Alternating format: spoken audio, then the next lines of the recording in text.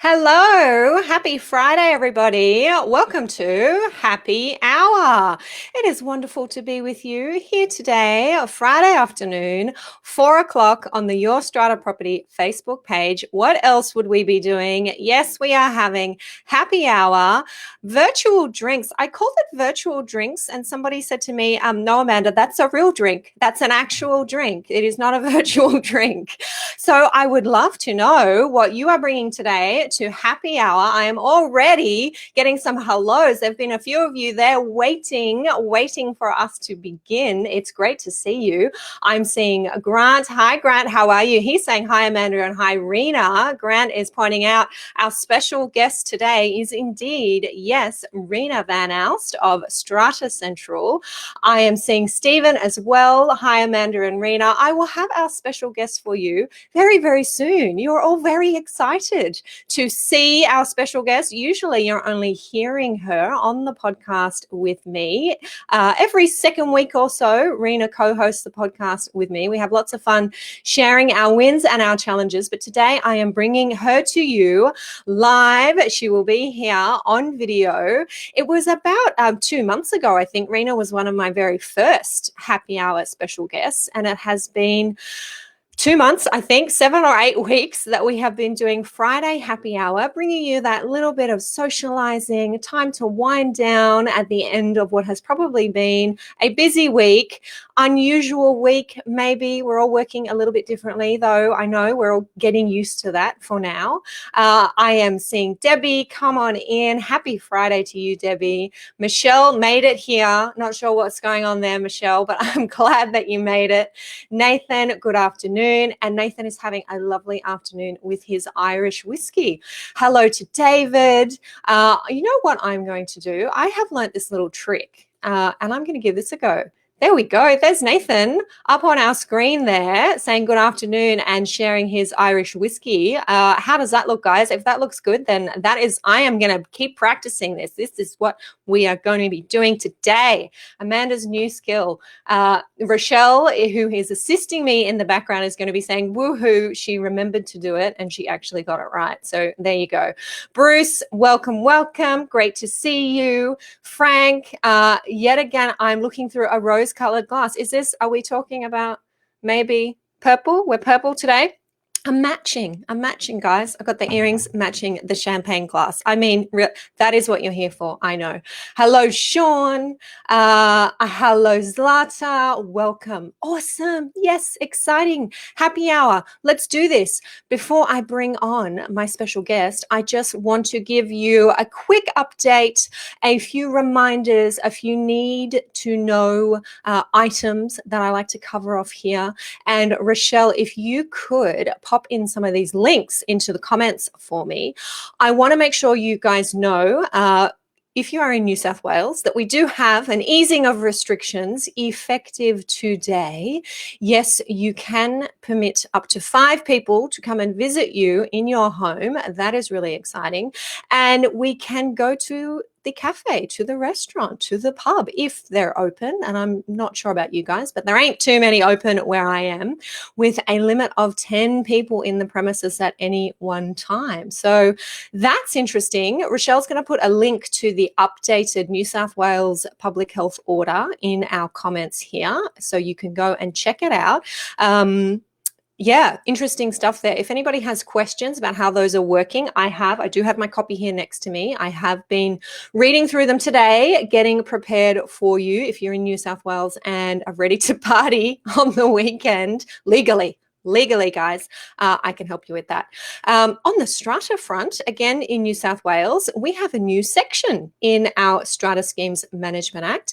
It is new section 271A, and we will pop the relevant legislation, which is COVID legislation, emergency powers legislation, into the comment section. This section allows regulations to be made specific to our strata schemes, and we don't have those regulations yet. It's very similar to what happened in Queensland a few weeks ago. They got a regulation making power. Queenslanders, give me a shout out, but I don't know if your regulation making power has been activated yet, whether you have new strata regulations in relation to the convening of general meetings, the convening of committee meetings, including alternate arrangements for how we have those meetings, alternate arrangements for how we issue notices. So we can make new regulations now under the Strata Schemes Management Act that enable, for example, electronic meetings without perhaps the resolution that is required at the moment.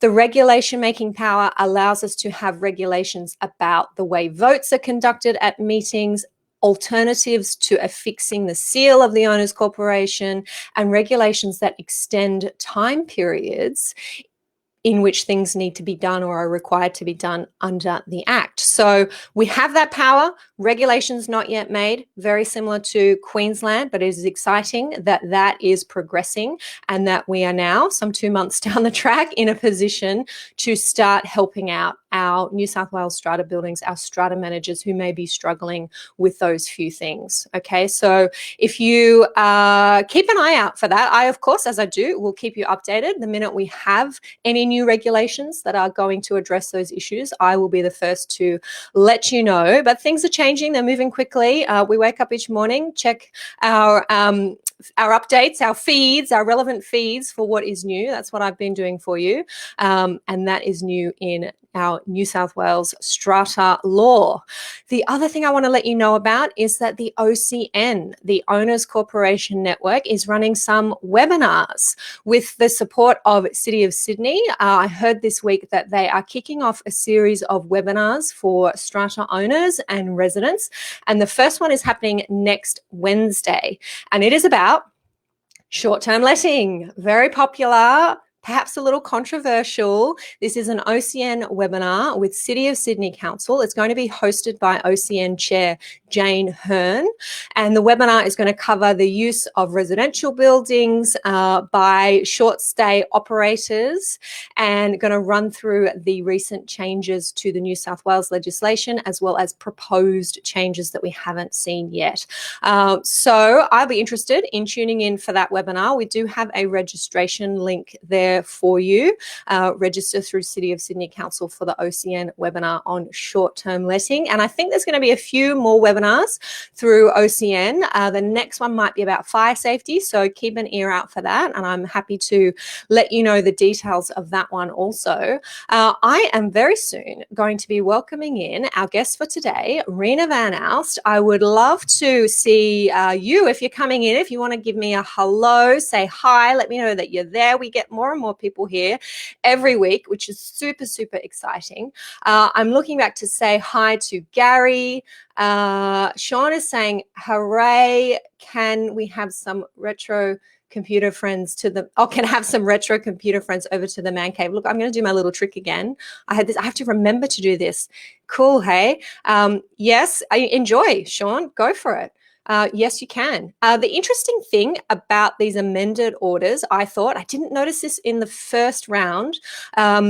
It puts the obligation on the resident, the person who is living in the premises, not to allow any more than 5 visitors at any one time. So this isn't previously, it was simply a matter that everyone had to stay at home. And if you didn't stay at home, then you were in breach of the orders. Now it's the case that if you have more than 5 people come and visit you at any one time, you're in breach of the orders. So that's really interesting. It's interesting for our strata schemes. It's interesting for our committees who might be watching tenants who are having parties and having a lot more people over and wanting to know, hey, are they in breach of the public health orders? I've been telling my neighbours, if there's a party going on, it's not actually the resident who's in breach breach. It's the people who are there with them having the party because they are not complying with the stay-at-home order. They're going out to a party when previously you were not allowed to go out to anything unless you're going to work or going to exercise. But that's different now. Under our new orders, it is the person who is living in the premises who has to make sure that they don't have more than 5 visitors at any one time. So bear that one in mind. I can see some letters going out next week by Strata managers that can quote breach of the public health orders, perhaps. Hi, Claire. Lovely to see you. I've got some more comments here from Sean. Edward is saying hi. Sorry, Sean, I'll come back to you. Any word on when the regulations might be enacted? I do not know. I don't know. We were hearing from Sean B, our other Sean. We've got a group of Seans on Facebook. Sean B was letting us know last week that they were definitely underway. They were in draft. So if anybody does have some updates about when we might see some regulations, that would be really good to hear. Excellent. All righty. Now I am going to welcome in our special guest, and we are just going to get going. Otherwise, I will just keep drinking this champagne and I'll just keep talking at you guys. Let's get on with it. Our special guest today is, of course, Reena van Aalst, the director of Strata Central, Strata Manager Extraordinaire, my friend, my mentor, my first boss. When I was 18 years old, I worked with Reena. Some of you have heard the story. I am going to bring her on now so she can say hello. Here we go. I'm going to turn her microphone on. You made it. I made it. Here's my wine. Now, I'm sorry, I had you muted, but you did say hello, and it's very, very happy to be here with you live in person today. Yeah, it's been 8 weeks, I think, Amanda, since we were last on together. That's right. It does go fast. And we have since recorded a couple of podcast episodes. So I do feel like I've seen you. We work quite closely together in our respective offices, physically located close together. So I often see you in person, but not lately. We've been obeying our stay-at-home, work-from-home orders. We're very good citizens. Definitely. Law-abiding. Exactly. Now, we usually, when we have our chats, we talk about our wins and our challenges for the week. And because I know we've got lots of people here with questions, pressing strata problems that they would like us to help them solve, and we are going to get to your questions for sure. Today, we're going to cut it a little bit short, and we're just going to talk about the bad stuff. We're just going to talk about the challenges, if that's okay.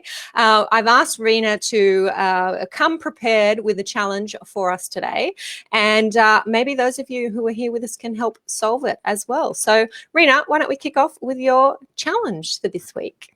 Yes, Amanda. Well, we were actually across this yesterday, Amanda and I, this particular challenge, and it relates to the charging of interest on overdue levies, which we know is a statutory 10% that occurs after 30 days. And the question that I had for Amanda was, a committee was having a motion on their agenda coming up in the next week or so to actually allow no interest to be charged on any overdue levies for 12 months. So this was a motion that was put on the agenda by one of the committee members. And then I was looking at the, and Amanda and I have already had this conversation where we have Section 85, and we have noted that basically the Strata Committee had the ability to waive interest. Then I received the link from Fair Trading, which is the updated COVID regulations, and under waiving of interest, it said on 2 occasions on that link in Fair Trading website that only a general meeting resolution can waive interest. And so I thought to myself, a lot of my clients actually have been, emailing me that link, and I'm thinking, well, the advice that I had given them prior was contrary to that note on the Fair Trading website. And then you and I, Amanda, were having an email exchange about this. So I thought I would just perhaps share this with everybody and see what strata managers were doing out there, what advice was being given, bearing in mind you've got a statutory authority that has this on their website. So it's making it a bit difficult to try and sort of give advice that is contrary to that. But I'll now hand over to you, Amanda. Yeah. So let's talk about this live and unedited email, but anyway. What you are talking about, Reena, is the Fair Trading Strata and Community Schemes guidance during COVID-19. This came out last week in New South Wales. I keep saying New South Wales. If that annoys you, those of you who are in New South Wales, viewers, listeners come from far and wide, and I do just want to make sure everybody knows which part of the country I'm talking about, which legislation I'm talking about. I spoke to Jimmy Thompson about this on last week's Happy Hour on Friday. These had just come out, and I gave some of my views. 2 months ago, I was the first one calling for guidance, for guidelines, for government guidelines when it came to COVID and dealing with that problem in our apartment buildings. So I am pleased that the guides are here. I didn't really anticipate that I'd have to be clear that they should be correct, that they should refer to correct legislation. I have had some communications with Fair Trading over the past week about some aspects of this guide that I think are wrong, and not just I think are wrong, that are wrong. And this, I believe, is one of them, Reena. What you're pointing to here, there is a section in this guide that says as a interest on overdue levies can be waived if the owner's corporation decides in general meeting to pass a resolution and waive that interest. And yes, you and I have talked about this on the podcast before, and we looked at Section 85 of our Strata Schemes Management Act in New South Wales, and that is the section that refers to the ability of an owner's corporation to decide to waive interest. And it does say that Section 85.3 says that an owner's corporation may, by resolution, determine that a contribution is to bear no interest. And we have previously asked each other the question, is that a strata committee resolution or is that a general meeting resolution? And the position that I take is that it can be a strata committee resolution because it doesn't say resolution in general meeting. And you will see if you look closely at Section 85 that the other subsections in 85 do say general meeting resolution. This is the only subsection that does not say general meeting resolution. And we do have another section in our Act, which I believe is 35, 36, that says that a decision of the Strata Committee is a decision of the owner's corporation. And the Strata Committee is only prevented from making decisions that expressly can only be made by an owner's corporation in general meeting. And I do not believe that this is one of them. So I believe, notwithstanding what is in Fair Trading New South Wales Guide, that Strata Committees can, by resolution, agree to waive interest on overdue levies. Well, that's interesting, Amanda, because yesterday I had an REI Strata chapter subcommittee meeting and I raised the same thing with my colleagues on that committee. And I asked them what their thoughts were. And I pointed out the sections of legislation where you just mentioned. And they believe that because the previous Act had the fact that a special resolution was required in the previous Act and that it would be better for strata managers to err on the side of caution and go to a general meeting. Now, I don't think that's necessarily correct because I think that, we've talked about, having general meetings at the moment, unless buildings have resolutions to allow that, is going to be until the regulations are brought in. And on the fact that I think Strata has actually had to wait nearly 8 weeks just for this amendment to be enacted. I mean, if you look at the Residential Tenancies Act, the commercial tenancies, they've all had changes to their regulations done way ahead of Strata. So I think in a sense we are still in limbo. Yes. And bear in mind, we don't have any new legislation or new regulations yet. We have the power now for them to be made. Yeah. So what's your view, Amanda, when is it better for strata schemes to err on the side of caution, or do you just believe that in terms of the law and the way it's written in the Act that managers should feel comfortable letting their strata committees make that decision? Well, when you say err on the side of caution, I would have thought that we should be bending over backwards to be able to help people who are in financial strife right now. And that's why this discussion is coming up, because people cannot pay their levies at all or when they're due, some people, and they're going to their strata committees saying, what can we do about the interest? Am I going to be charged interest? And the strata committee is having to make a quick decision and give fast advice. As I read the legislation, there is no express requirement for general meeting resolution, whether that is an error of drafting or not, that is what the legislation says. And when we've talked about it previously, Reena, I pointed out that this is a different decision to, for example, offering a discount. If an owners corporation wants to offer a discount for early payment of contributions, then yes, that must be determined at a general meeting. And the legislation says that. It makes that very clear. And payment plans also have to be approved at general meeting. And payment plans, yeah. But to waive interest, one may interpret that as a less serious decision, perhaps a decision with less impact on the owners corporation financially. And it may make sense then for the Strata Committee to be empowered to be making that decision. I keep talking about the least worst decision in a difficult circumstance. I think the least worst decision here is for the Strata Committee to pass a resolution waiving that interest pursuant to section 85 subsection 3. Just making that, just checking that on my other screen. And if you're having a general meeting anyway, you can ratify that. You can ratify that decision if you are concerned, if you think there's going to be a challenge. If a general meeting is coming up, if the regulations have come into effect that allow you to hold that general meeting electronically or otherwise. Remember also now that we can be having these meetings in person. We've always been there's nothing that has prevented owners corporations on their private property from holding meetings. The recommendation, of course, have it outside, practice social distancing. We can now gather in groups of 10 in New South Wales. So really, if you are that concerned and it's not too hard to have a general meeting, then go ahead if you like. But my position on this hasn't changed. If the legislature wants to be clear about that, then they have the opportunity to amend that. I'm just seeing a comment here.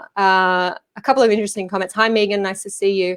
Gary says, even if the last, I'm going to do my little trick here, even if the last general meeting passed the interest, that interest be charged. That is a really good point, Gary. And Reena, we might have talked about that on our last happy hour, it might have been. I'm not sure. Maybe it was with Chris Duggan. What is the situation where an owners corporation may have resolved to, for example, pursue overdue levies? Can the Strata Committee then make a decision that is contrary to an earlier owners corporation resolution? And our legislation says that it can't. The Strata Committee cannot act contrary to something the owners corporation has determined. Do you think that the same applies if the general meeting has said interest must be charged? I would say so, Amanda. But the other thing, I would agree with that comment that if the general meeting said interest had to be charged, then the committee would not have the ability to waive that or act in contravention of that resolution. Yep. The other thing that I think is coming up too, I think, and I'm not sure if our listeners are having this experience, but in some of our mixed-use developments where the commercial and retail parts of the scheme where there is no BMC, and they're part of the Strata scheme. Now we've got some, owners and committee members putting forward motions to waive interest for 12 months. Now, the fear I think in some of these schemes is that, well, if you put a motion to waive interest for 12 months, then that in a way is going to be a green light for people not to pay their levies, because if there's no penalty for not paying, then why would you pay on time? So my advice has been to Strata schemes is really to consider each individual request on a case-by-case basis and not have a blanket approach to all owners, because I think over time, 12 months is a long time, I think. No one knows what's going to happen in that time period. I know, we all know that JobKeeper is going to be only for a fixed amount of time, and who knows what will happen if it's continued or people aren't able to sort of, pay, etc. But I think my experience has been that best practice would be to take each individual application on a case-by-case basis rather than making a blanket approval, because there are genuine cases of hardship, and there's no doubt about that. But I've also seen some people who are sort of, perhaps getting on the bandwagon. And in one particular case, I recommended to the committee that we asked that particular lot owner just for evidence that their tenant hadn't been paying. And, of course, none was forthcoming. So and then the committee obviously decided, well, there's no evidence that your tenant's not paying, then why do we need to allow you not to pay interest and even defer levies? So fair enough. Yeah, I think it's sort of one of those things where the blanket approach sometimes may seem the best way to go, but then as time goes on and the financial impact on the Strata scheme is being seen to bear, then maybe perhaps we have to not sort of, take a blanket approach, but look at each individual application as it comes. Yeah, I agree with you. And that's definitely the approach that we take in my building. When people do ask for some relief, we require them to explain to us why it is that they require that.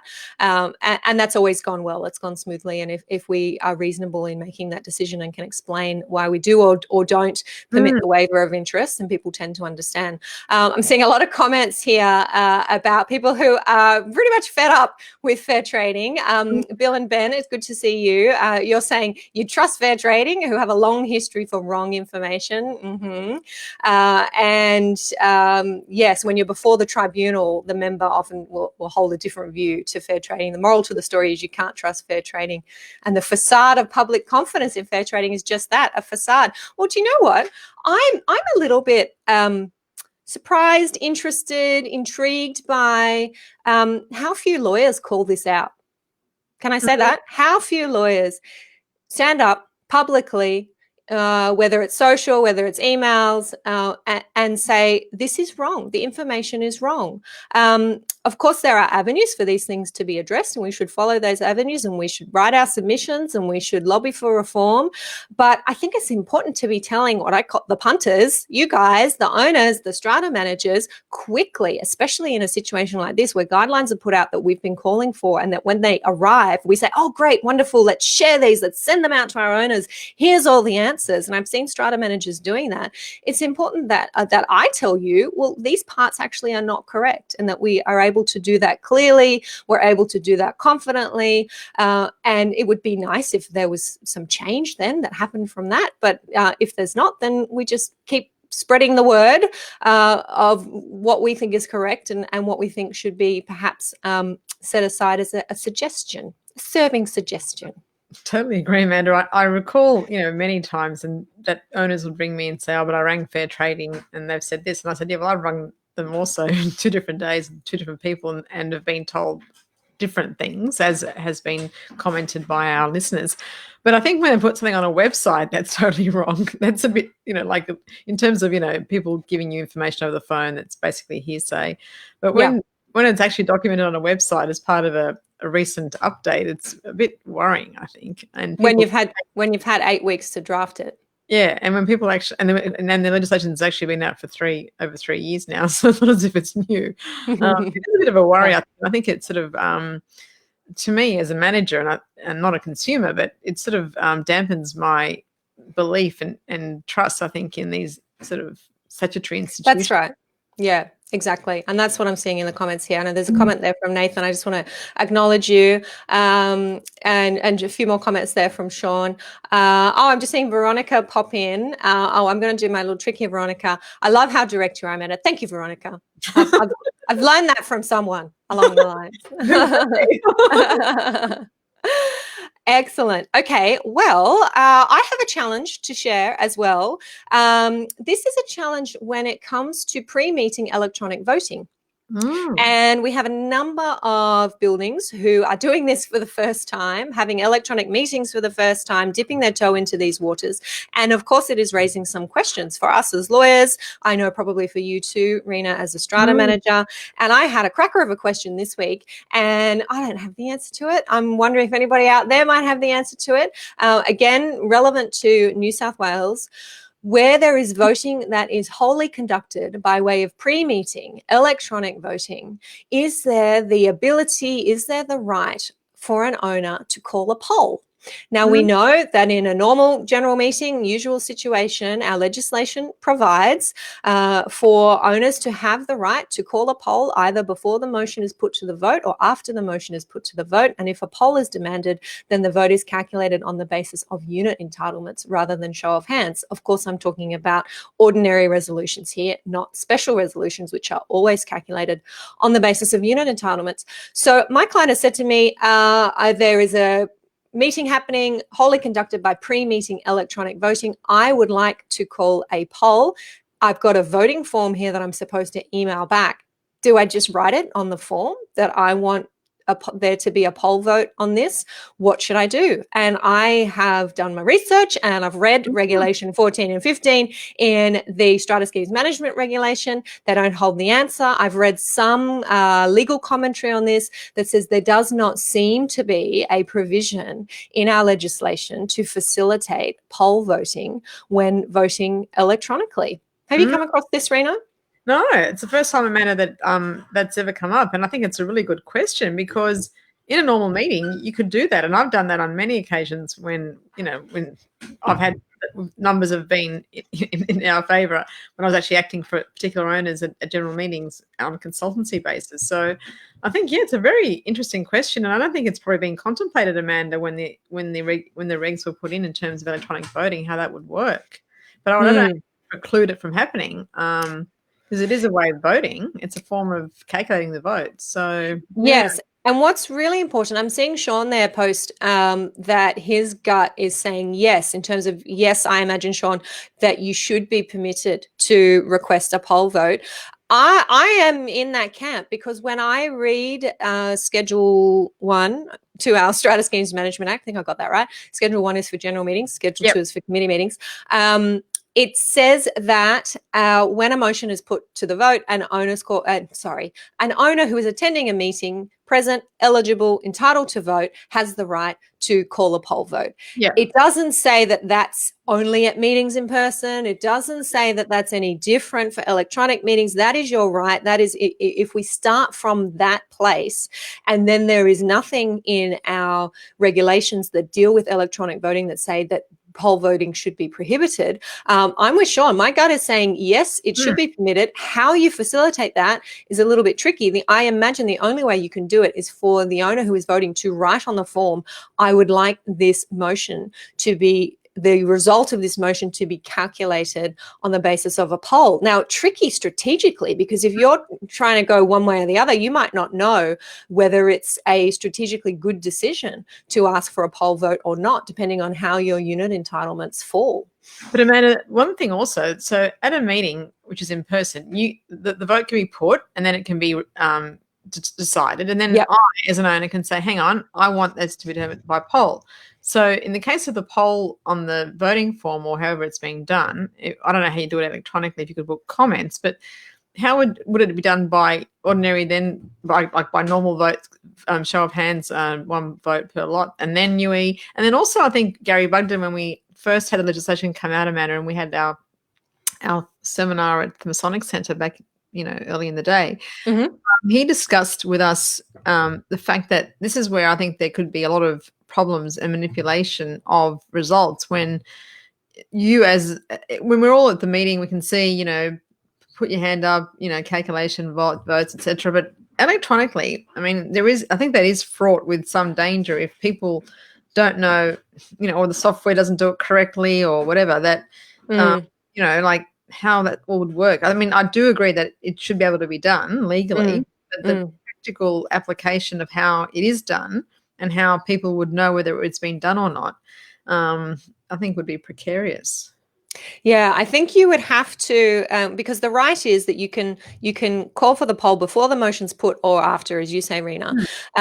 So if you were an owner requesting a poll vote on a pre-meeting electronic voting form, you could only really do it on the basis that you'd call for the poll before knowing the result of the show of hands. You wouldn't know the result.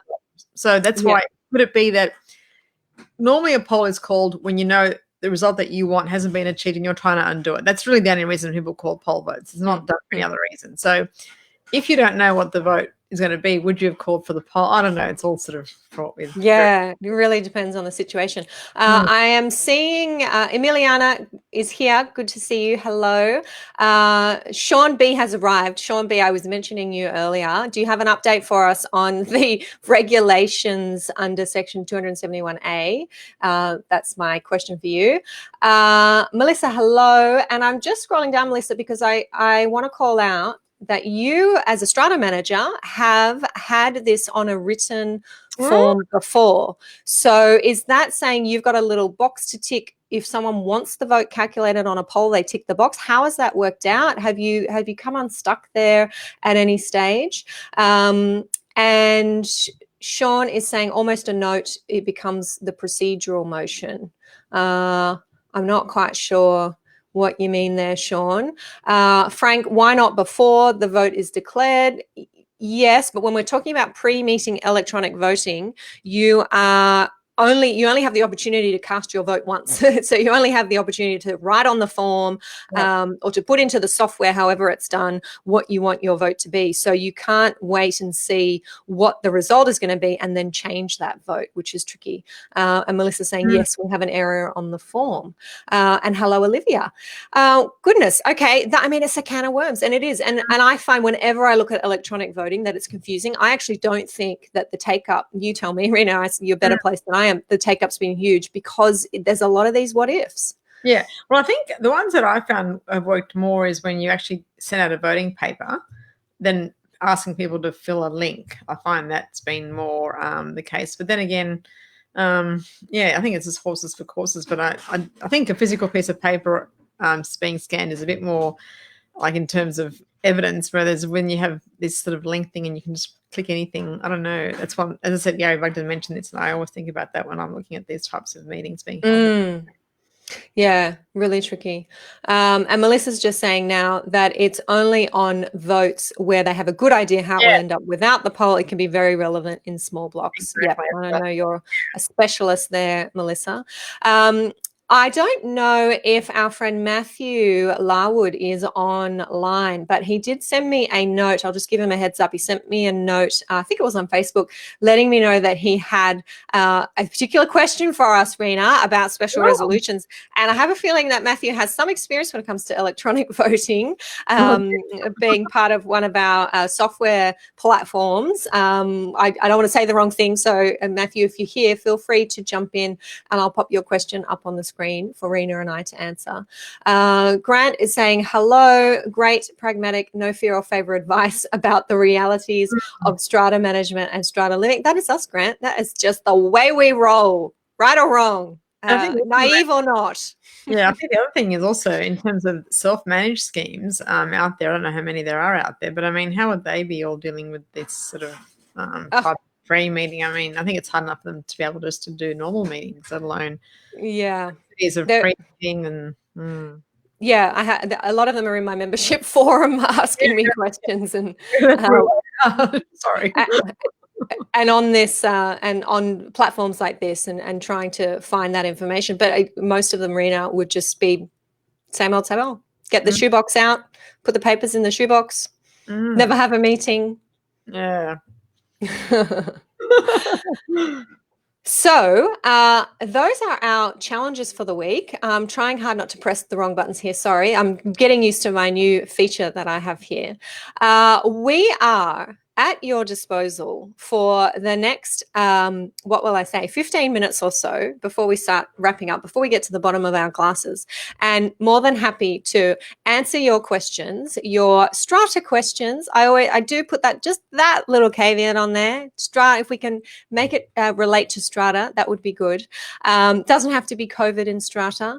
Reena, what do you think about the loosening of restrictions? Do you have some plans for parties this weekend? What are you doing in your building? I've got plans every weekend, Friday, Saturday for the next 3 weeks. Do you really? With people coming over? I've got going to people's houses, like just 2 and 2, and then 2 and 2 tomorrow night, and then 2 and 2 coming out. Yeah, so I've got nice. But I can only have 2 people at a time on our dining table because I can't socially distance 5 people in my table. So I'd have to have 2 people and my husband and I, Robert. So that would be equal to be able to do 1.5 meters apart. So this is what I love about childless people, and I can say that because you've said that numerous times, Reena. I know that we have this discussion. Is that you have such fabulous social lives and have had such fabulous social lives that when you have to stay home and you can't have your dinner parties and you can't go to your restaurants, you're sweating and the minute you're allowed to, that's it. The diary is booked up. Actually, no. The dinner parties have started again. No, I've actually been having virtual drinks every Friday and Saturday with friends. So all I'm doing now is, rather than having to do it virtually, we're just going to do it in person. So yeah, so it's really just been like that of doing it on Zoom, which we like every single sort of Saturday night we've had get friends of ours, like a couple that we've been doing virtual drinks with, and then all I'm just doing now is just transferring virtual into reality. Yes, good. And that will be very enjoyable. I'm just seeing Matthew pop up and say hi. I don't know if you were listening, Matthew, but your question is we're open to receive your question. If you have it there for us, pop it into the comments, and any other Strata questions. Here we go, Reena. I've opened up I've opened up a can of worms now. Veronica has a question for us. She says it's slightly off topic. I don't think so. What happens to the buyer of a house within a community scheme where there was no disclosure from the vendors that there are quarterly levies due? That's interesting. So, Veronica, I'm imagining this as a freestanding property. However, it is a lot within a community scheme. New South Wales, I know that's where you operate. It is subject to the provisions of the Community Land Management Act. I'm very interested in how it was a surprise to the person who bought this property that there were levies due. The contract would have had all that, Amanda, as part. Well, the CMS would have been attached to the contract, and there would have been equivalent of a Section 184. I can't remember what it is for Community Land Management Act, disclosing what levies are and who the committee is, etc., etc. Yes, so the community management statement, yes, would have been attached to the contract. I don't know, Veronica, if you're saying once they've signed the contract, they've realised that it's part of a community scheme and there are levies due. But that's very normal. That's that is the nature of community schemes. When you are a lot in a community scheme, there are levies that are payable to the community association. And if there was not, for some reason, proper disclosure, because the requirements of, I haven't done this for a long time, but the Conveyancing Act, the schedule to the Conveyancing Act, which sets out what must be attached to a contract for sale, then yes, there would be some rights of the purchaser against the vendor for failure to disclose. But I don't know how you could sign a contract that doesn't have a community plan, a community management statement. Reena? You know, what I was going to say, Amanda, from my experience of managing communities, one thing that was told to me by an owner was that sometimes when you're going to your conveyancer or your lawyer, depending on how much you want to pay, they actually don't explain to you what it means to live in a community association. So maybe by way of not knowing that there were levies, it wasn't mean that that wasn't disclosed perhaps in the contract, but the things of like the architectural and landscape standards and how they apply, levies having to be paid. Maybe that wasn't explained. So they thought they were just buying a normal house. Yes. But all those other, and I remember there were so many bylaw breaches at one of my particular developments. And the community member said, yeah, but, you know, when she bought her house, you know, she had a very in-depth discussion with the lawyer, what it meant, what rules applied. Whereas a lot of the other owners that had bought in were told nothing. And therefore, it was a big shock when they had to learn they had to pay levies, even though they were low at the time, and they had to abide by rules of what type, you know, what colour your house could be repainted when the time came, what plants you could have in your garden, colour themes, architectural standards in terms of windows and fly screens and everything. But that is, I think you've hit the nail on the head there, Reena. And Veronica, if you're listening and if this is somebody, one of your clients perhaps, that is struggling with this, then sadly looking to the conveyancer or the lawyer who advised on the contract is sounding like it might be the avenue. I think Veronica just added another comment saying there was nothing in the contract. Plus, nothing in that contract. That is bizarre. And it is a lot in a community association. It would have had, when you say nothing in the contract, here we go, it would have had a community plan, and it should have had a community management statement. Yeah, it should have had community management statement, which is a dealing that is registered on the community title, what's it called? Community property title. So they are, according to New South Wales legislation, they are documents that should have been attached. And if you read the CMS, you will see that there are levies due and owing. There are levies struck and that must be contributed to, I suppose. Sorry, but even the CT would say this is lot so and so and DP so and so, and have a registered dealings and have all the documents that apply. That would all be on the CT of the actual property when you're. Yeah, but I think maybe what Veronica's saying is it's not express. It's not expressly set out you must pay unless it's in the CMS. And Again, I think it comes down to poor advice with the person who was giving advice on the contract. Happy to chat more about that one, Veronica. You know where to find me. Sorry, Zlata is saying, I will just pop this one up. How many people have to vote electronically to pass motions at an AGM? That is a really, really good question, Zlata, because it comes from who is present, right? So if you're voting electronically, then who is present? Our legislation in New South Wales says that if you have sent in a vote electronically, then you are considered present for the purpose of determining a quorum. And then when we are dealing with special resolutions, for example, which we have to determine based on the basis of unit entitlement, and it is not more than 25% voting against for a special resolution to pass, then it's really important that we know how many people are present so that we can work that out. Exactly. So, so the fact of voting electronically means that you are present, and that is in our legislation in New South Wales. Don't ask me exactly where. Regulation 14, Regulation 15, one of those, Schedule 1. Thank you for that question. These are moving really fast. I'm just going to jump back over to the actually, man, I think we should talk about. Please, yes. About the Zoom meeting up to 80 people. Does anyone have any tips about controlling that?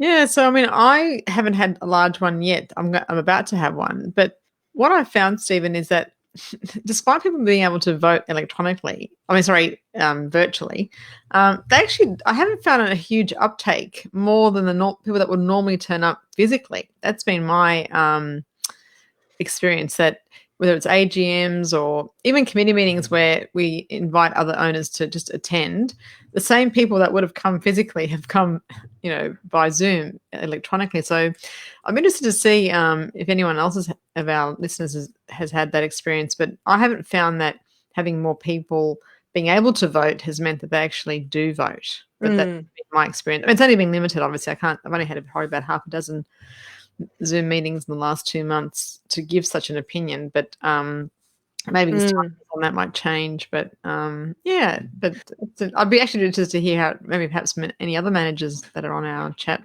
to perhaps give their experience on that one. Yeah, I'd be interested to know, Stephen, what time you're conducting the meeting, because that might dictate how many people are available to turn up. But if you assume maybe when I run webinars, I always say I operate on the basis of a 50% show up rate to a webinar. So maybe you'll get 40. You might get a bit less than that. In terms of controlling it, look, the same way that you would control a meeting in person. You can just mute them. Even better. Exactly. Even better. So having the chairperson obviously is the person who needs to be running the meeting. Using that mute button, having some procedural rules or directions or suggestions, if you like, that it can be circulated to people and maybe accessible through a link in the chat box so that you can refer back to them.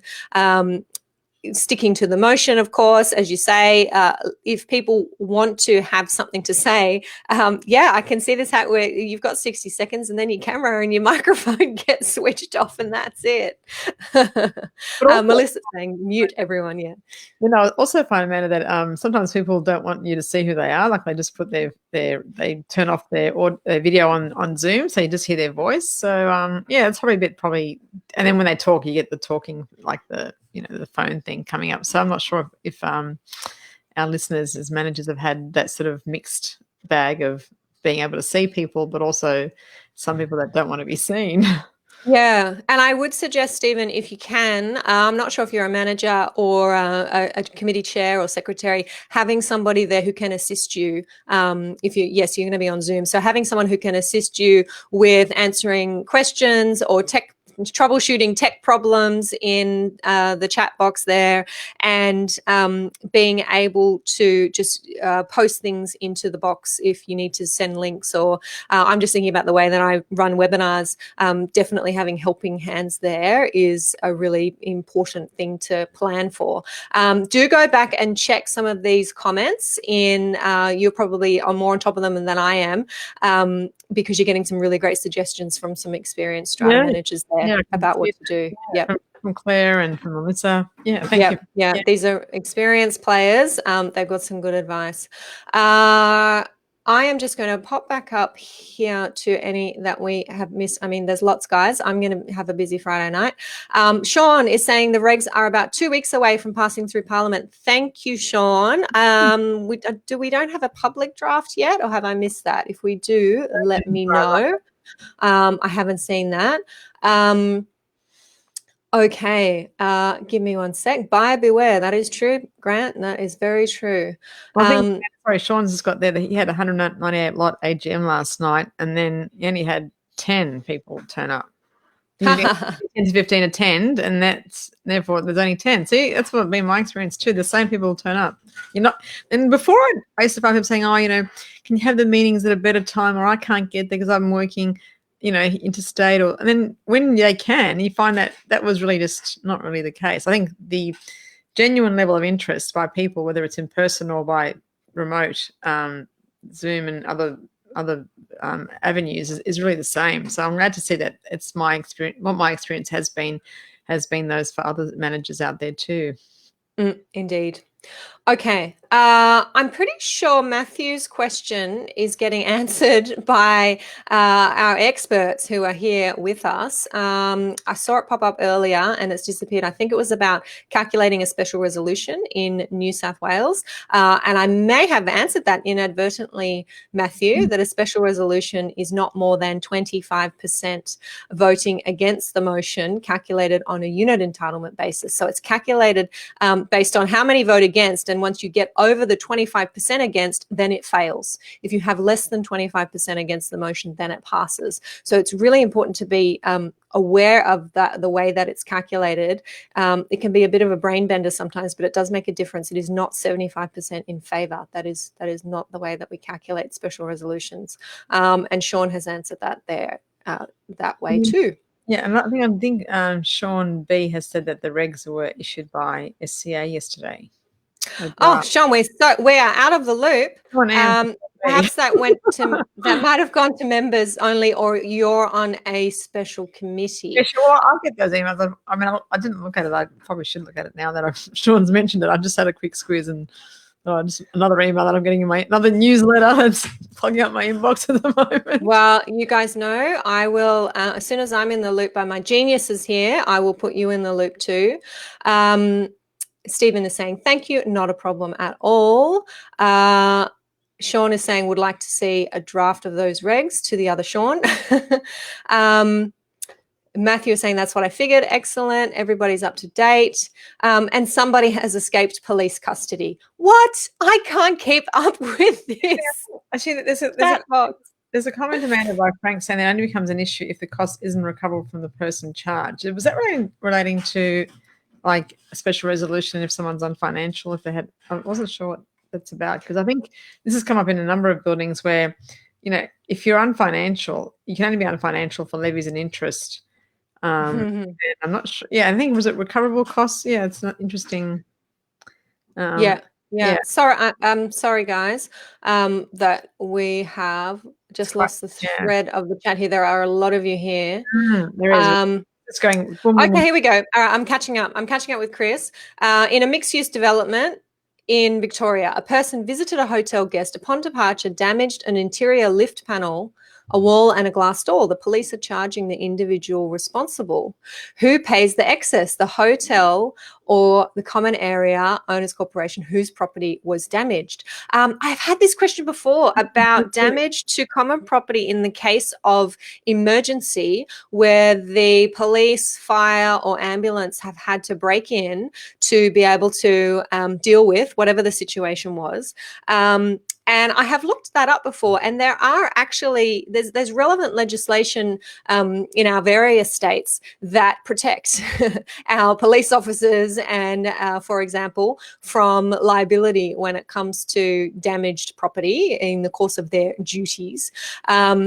And insurance, of course, would be the first port of call. But you're saying that who pays the excess, the hotel owners corporation or common area owners corporation whose property was damaged? What what is the relationship? And I'm conscious, Chris, that you're in Victoria, which is not our area of expertise, but what is the document or the legal relationship between the Hotel Owners Corporation and the Residential Owners Corporation? In New South Wales, we would have what we call a strata management statement, which would regulate how those two entities deal with shared facilities, common areas, and who's responsible for repair and maintenance in particular events. So is there a document like that in Victoria that would help you to answer that question, would be my answer. And Amanda, in New South Wales, this has come up before where sometimes, let's say there was damage in a strata plan that was part of a BMC, and I remember someone said, oh no, the strata plan has to pay the excess, but that's not correct because the BMC is actually the holder of the policy, not the strata plan. And if there's something in the SMS that allows them to on-charge the excess, that's well and good. But as a matter of law, the policy holder is the BMC. It's not the individual strata plan who's a member of the BMC. So it has to be documented that, you know, in the SMS that entity would be responsible if it's caused it or whatever. But yeah, I had legal advice at the time which confirmed what I thought. Yeah. Yep. Very interesting. And I think that's where Chris's follow-up comment, no, he escaped police custody, came from, where we're looking at maybe charging the perpetrator. I think we're getting maybe to the bottom of what Sean had referred to as some draft regulations. Certainly, yeah, I don't think they exist yet. What was a bill earlier this week was very quickly passed into legislation yesterday. So the bill was the COVID Emergency Powers Act. That's my shorthand.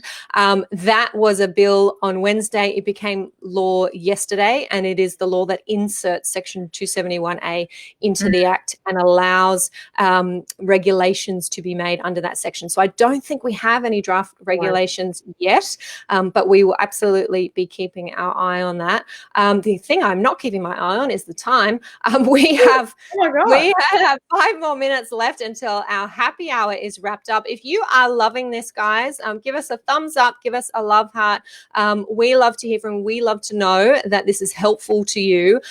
We have so many of you here. Every week we have more and more tuning in live and many, many more catching up later. So it's really important to me that I know that you enjoy this, that it's helpful. And if you do, then, babe, I'm going to keep going. I'm quite in the habit now of my Friday afternoons chilling out. And it's been very enjoyable doing it here with my friend Reena, who I was saying before we got on the call that, no prep, just we do this all the time. We're relaxed. Fly by the seat of our pants. We don't have to, I don't have to feel that I may need to be careful about my questions or that I may need to control my guests at all or keep them in line or worry about what they might say because it's Reena. Thank you, Amanda. But we do still have a few more minutes, so I'm not wrapping up yet. If you've got more questions, do send them through to us. I am looking here at the further comments here. Yep, regs aren't out yet. Chris, the contentious point is the person was on common property and not on the hotel. Yeah, it's a tricky situation, definitely. Interesting. Sean M is off the beer and onto the red already. So yes, I'm already on the red. No beer for me. Yes, no beer for me either. Thank you, Jane Ann. I'm not sure I welcomed you in before. Thank you, Ro. Thank you for all these thumbs up, guys. That's really sweet of you. It is lovely to see you, Reena, and to be able to help all of our loyal strata dwellers out there, and I am interested to see what the weekend holds for us all and what may be coming up next in New South Wales in particular. Yeah, so I think slowly and carefully is really the right approach, in my opinion, anyway. It's funny. I was talking to a nurse last night who actually has been involved in SARS and now COVID. And what she said to me was really interesting, and I never really thought of it. But basically she said that coronavirus is not going to go away, just like SARS and the flu and AIDS didn't go away. All we're going to be able to do is just control it through either a vaccine or medication like AIDS. So I really never thought of it like really in a sense, yeah, COVID won't go. The virus is not going anywhere. Once, it's always going to be around. It's just how we treat it and how we contain it. So I thought that was really interesting. I never really thought of it until I spoke to a nurse, which makes total sense. Yeah, it is very interesting. So yeah, it sounds to me like that means happy hour is here to stay too, guys. Yeah, Is exactly. that I'm what I mean? all for it. Happy hour. Better than being in the office on a Friday afternoon. That's for sure. Yes. Now, thank you everyone for all of your thank yous. I'm seeing a few more names pop up there that I know you've been there in the background. I am going to let you off to your dinner party, your actual live, in person, friends over, not virtual. Some people just, some people have all the fun. I think for me, it's been trying to get my mind off many other things. So it's been a great. Indeed. Enjoy, Reena. Thank you for being here and my special guest for happy hour. Thank you all our guests and friends on the thing that we all. I know some of you personally, so thank you. Have a wonderful weekend, everyone. Yes, Stay safe. enjoy. Bye. Bye.